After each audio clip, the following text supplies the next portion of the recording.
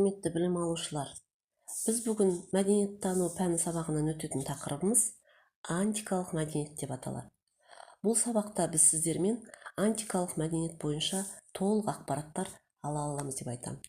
Ендеше антикалықына тоқталайық. Антик көне, ежелгі деген мағынаны білдіреді. Ежелгі Грекия мен Рим мәдениетінің әлемдік өркениетте әрине алатын орны өте ерекше. Бұл терминді бізге алдымен итальян ойшылдары қайта өрлеу кезегінде дүниеге келген болатын. Грек-Рим мәдениетіне байланысты қолданған сол кезде. Грек және Рим сәулетшілері, мүсіншілері, кескіндемешілері өмір шындығын нақты бейнелеп қана қоймай, оларды өте үлкен әсерлендіріп бізге дейін жеткізді. Олардың мәдени туындылары көне заман тарих туралы ұғымымызды кеңейтіп қана қоймай, мәдениеттің асқақ үлгісі ретінде күні бүгінге дейін өзінің мәнін жоймай отыр деп айта аламыз. Антика мәдениетінде жалпы мәдениет тарихының кез келген кезеңін алсақ та, ол баға жетпес құндылық адамзат үшін. Сондықтан да болар, ғалымдар көне мәдениеттің ішінде осы грек мәдениетіне, Рим мәдениетіне ерекше мән береді. Өйткені ежелгі Грекияның әдебиеті, өнері, философиясы ғасырлар бойы Европаның барлық елдеріне, ақындарына, мүсіншілеріне, суретшілеріне, жазушыларына, тіпті композиторларына сарқылмас шалқар шабыт беріп, шабыттандырып келіп жатыр.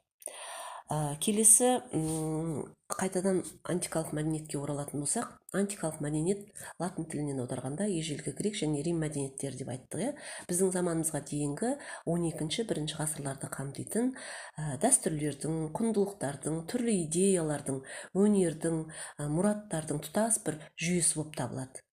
Антикалық мәдениет адамзат өркениетінде ең басты орын алады және ең үлкен ошақтарының бірі болып есептеледі. Зерттеушілер антикалық мәдениеттің бірнеше кезеңдерін атап айтқан. Олар архаикалық, классикалық, эллинистік және римдік кезеңдерін айтамыз. Антикалық мәдениеттің ақыры 476 жыл, бұл Батыс Рим империясының құлауы. Антикалық мәдениетте қазіргі кездегі білім, философия, әдебиеттің, құқықтың, жалпы кітап мәдениетінің іргетасы қаланды деп айтамыз. Солардың ішіндегі енді ежелгі Рим мәдениетіне тоқталайық. Рим мәдениеті көне дәуір мәдениетінің қорытындылаушы кезеңі. Ежелгі Рим мәдениетінің қалыптасу кезеңінде ол біздің заманымыздан бұрынғы 8-4 ғасырлар этрустардың сәулет өнері үлгілері пайда болды. Ежелгі ғибадатханалар, Римдегі католиктік Юпитер ғибадатханасы мысалға, кескіндеме үлгілері, сән, қосалқы өнер, этрус өнері қалыптасты. Біздің заманымыздан бұрынғы 2 ғасыр мен 1 ғасыр базиликалар, термалар салына бастады. Біздің заманымыздан бұрынғы 3-1 ғасырларда бейнелеу өнерінде портреттік мүсін, ескерткіштер, шыралғылар кең тарады. Бертін келе республика дәуірінде мүсін өнерінен эллиндік бағыт деген бағыт орын алды. Грек ескерткіштерінен жаппай осы эллиндік бағытқа көшу дәстүрге айналды. Енді монументтік сәндік кескіндеме. Монументтік сәндік кескіндеме осы кезде ең үлкен жоғарғы дәрежеге көтерілді. Мозаика, глиптика өнерлері дамыды. Сәулет өнері жалпы империяның гүлдену кезеңінде шарықтау биікке көтерілді. Сәулет өнері бірте-бірте император мен империяның ұлылығын дәріптеу үшін сол ұлылықты дәріптеу құралына айналды деп айтамыз. Ежелгі Римде ең ірі амфитеатр Колизей. Трай заманда Рим қаласындағы форумдар. Адырен кезеңде ежелгі замандағы күмбезді құрылыстардың ең үлкені, ірісі Пантеон ірге көтерді. Енді театр туралы айтайық. Рим театры ән, музыка, бидің басын қосқан тұрмыстық деңгейдегі көрсетілетін күлдіргі сахналарда өрби бастады. Біздің заманымыздан бұрынғы 300 жылы ұлттық Отелло комедиясы дүниеге келді. Біздің заманымыздан бұрынғы 3 ғасырдың аяғында халық сауығының бір түрі мим кеңінен тарды, мим өнері кең тарады. Осы кезде трагедия мен комедияның жаңа түрі пайда болды. Алғашқыда ойын-сауықтар ғибадатханаларда солардың жанында қойылып жүрсе, кейін осы тұңғыш театр ғимаратын біздің заманымыздан бұрынғы 55-52 жылы сәулетші Помпей тастан тұрғызды. Шамамен біздің заманымыздан бұрынғы 4 ғасырда маска пайда болды. Осы маска пайда болғаннан кейін актерлік өнер одан әрі кең дами бастады. Әйелдердің рөлін ерлер орындады.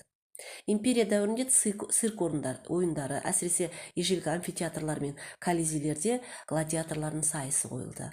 Аңшының қауіпті аңмен айқасқанын көрсететін өнер де өріс алды осы кезде. Жалпы Рим театры драматургиясы дүниежүзілік театр өнерінің дамуына үлкен жол ашты. Тіпті музыка өнерінде әскери легиондарда үлестірмелі оркестрлар жұмыс істеді. Рим цирктарда, театрларда көп адам қатысқан хор ансамбльдер пайда болды. Жалпы Рим мәдениетінің бүкіл Европа мәдениетіне қалыптасуына үлкен роль атқарды, зор ықпалын тигізді деп айтамыз. Келесі ежелгі грек мәдениетіне тоқталайық. Ежелгі грекияның мәдениетіміз көне мәдениет түрі деп айтамыз, себебі оның тамыры өте тереңде жатыр. Біздің заманымыздан бұрынғы 3-2 мыңжылдықта Грекияның негізгі мәдениетінің орталығы Крит аралы болып саналады. Грек аңыздарына қарағанда Крит аралы ұлы жебеуші найзағай тәңірі Зевстің туған жері. Аңыз бойынша гректердің ең басты құдайы Зевс бұқа бейнесіне еніп, Финикия патшайымы асқан сұлу Еуропаны алып келеді. Ал одан жаңағы аралдың болашақ билеушісі Минос туған. Атақты Геракл өз ерліктерінің бірін осы Крит аралдарында жасаған. Құтырған бұқаға бас үйреткен. Жазушы Гомер де өз дастандарында осы арал қалаларының бай екенін мақтап көрсеткен болатын. Енді ежелгі грек мәдениетінің архаикалық грек мәдениеті тоқталайық. Архаикалық грек мәдениеті ең алдымен мифологиялық сипатта болды. Әрине Гомер есімімен байланысты. Атақты грек мифтері осы кезеңде қалыптасты. Мифологиялық грек мәдениетінің ең негізгі ерекшелігі оның санкреттік тұтастығы, яғни ажырамаған бірлік түрінде болған. Грек мифологиясының тағы бір өзіндік көрінісі ондағы табиғатты құдай деңгейіне көтереді. Құдай деңгейіне көтеріп, оларды адамға жақындатумен байланысты болып тұр. Ежелгі гректердің тағы бір мәдениетінің ерекшелігі, гректердің рухани мәдениеті бүкіл адамзат өркениетінде өшпес із қалдырғанымен қоймай, ол осы өз кемеліне жеткен антикалық өнерімен де ерекшелене түседі. Енді осы антиктік дүниетанымда біз айтамыз, антикалық дүниетаным ғарышпен үйлесімділік тапқан. Яғни кіші ғарыш ретінде адам мен үлкен ғарыштың нұсқасы болып табылады.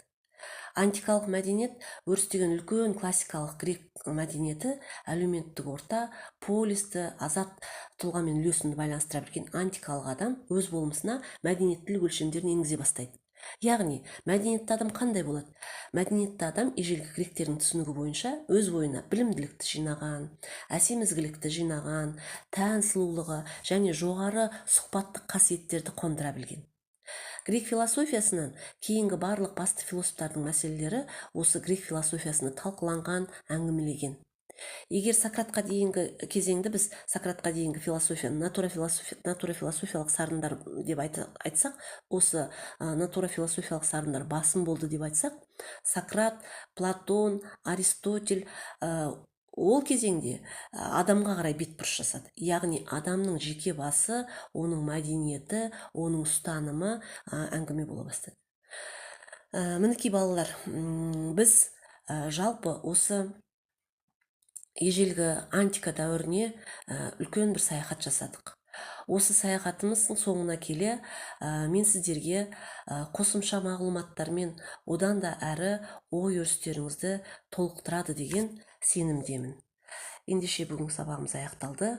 Антика дәуіріне саяхатымыз келесіде одан әрі жалғасын табады.